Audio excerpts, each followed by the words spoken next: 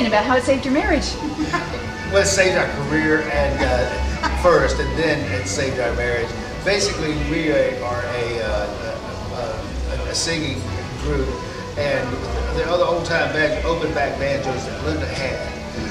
Every time she would change a tune or put a capo on, which is what is happening all the time, because we play in E flat, we play in F, we play all kinds of different tunings and keys, and so for her to change anytime she would put a capo on, the banjo just went haywire.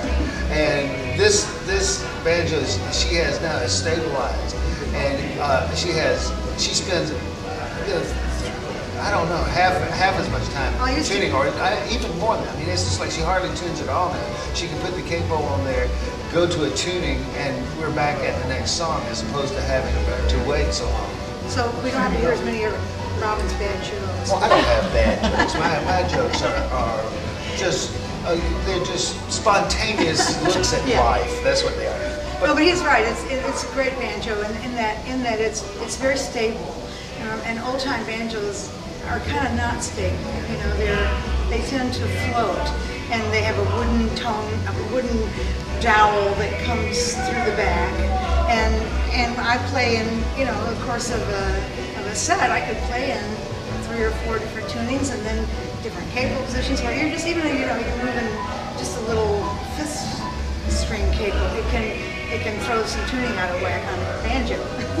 And so I can get there quick, and also the banjo frets very true way up the neck, where I end up being, just because of the fact that we end up singing in those higher keys, so I'm capable of higher, you know, playing in B and like Robin said, F and B and E and things like that. So and it sounds great recording. We just did our new record with it.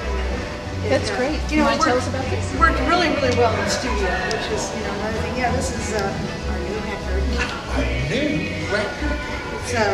It's a lot of songs. I would say more than, you know, way more than half of the songs are kind of banjo-oriented songs, and so I use the banjo a lot in the studio. It's produced by Tim O'Brien. He loved my banjo, and it was done live in the studio very quickly. We spent about 4 days down in Nashville last February, and then let Tim and the engineer mix it, and came up with this, and we're just real pleased with it. So. That's great. Yeah. How would you describe the sound of your Black Diamond? Well, I think it has the elements of old-time banjo, which is what I wanted. When I heard Mark Johnson's clawgrass banjo, and of course hearing him play it is another thing. But when I heard it and then played it, it plays great. It plays like a dream. You know, it's real. The action is buttery almost, but it has the kind of chunk and the kind of cut, and I have a little scoop out of my neck too, right where the neck meets the pot, which I can get up on there, and I can do the clucks and all the little sounds that you love to have in old-time banjo playing. But then there's a clarity that is there as well, which in the context of what we do is a good thing. Plus there's volume, which in the context of what we do is a good thing, because you know, we're kind of a weird musical aggregation. You know, we're not bluegrass, but we sort of have bluegrass harmonies, and we play with, you know, a lot of bluegrass music. Like Jimmy Goodrill plays mandolin with us a lot. He's a really powerful mandolin player, or we play with a couple fiddle players that are, again, really, really great instrumentalists and powerful instrumentalists. And with an old-time banjo, it's hard for me to hear it, so I would end up trying to, you know, put a DI on it and go direct, and then there's something weird about that. And then if you have more than one banjo, you're more than one direct, and it's just your patch chords. It just becomes, you know. Now I put up a microphone. I have one banjo, so it works great. In the context of what we do, it works great. We actually were carrying 2 banjos around for a while, so that she could save herself tuning save herself tuning time. And now that's completely gone. It's just take the deering out and no DIs anymore. It's so much easier, so much easier. And she hears it perfectly. And, I remember the first time Jimmy Goodrich stood next to it, and he said, "My, that's a loud banjo." I said, "Yeah, it's a loud banjo. I can hear it." I'm standing next to you, and now I can hear myself play. But no, it really works well, and people, I have lots of compliments on people that have heard me play, but then sometimes they just couldn't really hear what I was doing. Kind of, old-time banjo is a great instrument. Of course, I love it. I love the way it sounds, but it can be a little mushy sounding sometimes. It could be, you don't want a real ringy, brassy, sharp sound with an old-time banjo.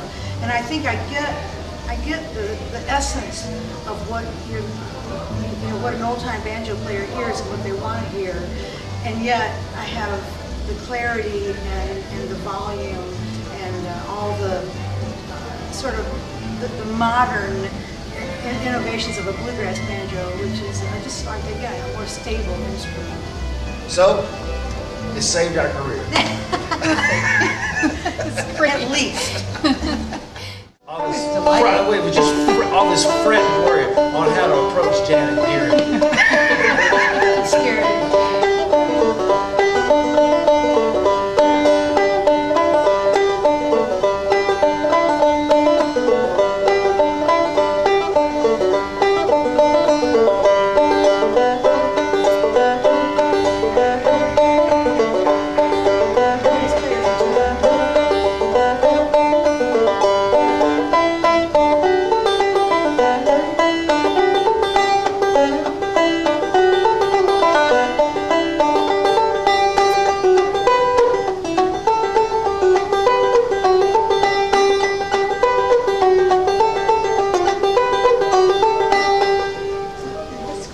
So do you put a towel inside it? Show us the inside. I got a little sock in there. Okay. I was talking to Lawson, and Lawson says he's starting to make little chops or something, like little foamed, covered. He said, might look better. And what kind of a pickup are you using? It's just I only use it to tune. I don't, and I don't even. I think it's a. It's one of it's Jay Darmstadt? Carl McIntyre. Carl McIntyre. Carl Okay. McIntyre. It's Carl McIntyre. Okay. And I just stick it in there. I mean, I don't play through a DI, but it's great that I can I have a chord To tune. and I can turn, play tune real lightly, so I don't disturb the snappy pattern that goes on on tuning, and then and I can get it in tune really quick that way too, because I can tune right to it. And of course, you have to sometimes just temper it a little bit. Mostly, this just tunes right out. It's amazing, really.